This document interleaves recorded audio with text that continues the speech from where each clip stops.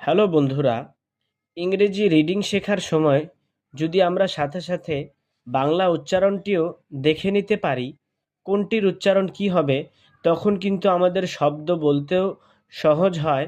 এমনকি চাইলে আমরা সহজে রিডিংও পড়তে পারি। আসুন দেখে নিই, যারা একদম শুরু থেকে ইংরেজি রিডিং পড়া শিখতে চাই তারা ইংরেজির প্রতি বর্ণস্বরূপ বাংলা কিভাবে উচ্চারণ আসে এক নজর দেখি। এতে আমাদের পড়া অনেক সহজ হয়। যেমন এস দন্তস্ব মানে স উচ্চারণ হবে, এস এর সাথে এ সংযুক্ত করলে সা।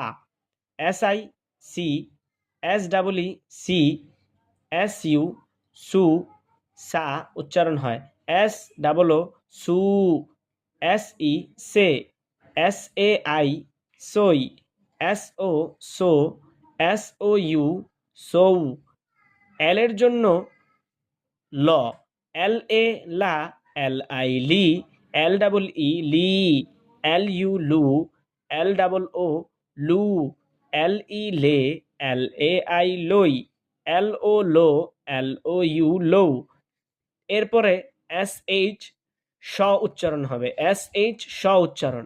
এস এইচ এ হলে এর জন্য আকার সা, এস এইচ আই সি, এস এইচ ডাবল ই সি, এস এইচ ইউ সু, এস এইচ ডাবল ও সু, এস এইচ ই সে, এস এইচ এ আই সই, এস এইচ ও শো, এস এইচ ও ইউ সৌ। আর এর জন্য র উচ্চারণ হবে, আর এ রা, আর আই রি, আর ডাবল ই রি, আর ইউ রু, আর ডাবল ও রু, আর ই রে, আর এ আই রই, আর ও রো, আর ও ইউ রৌ।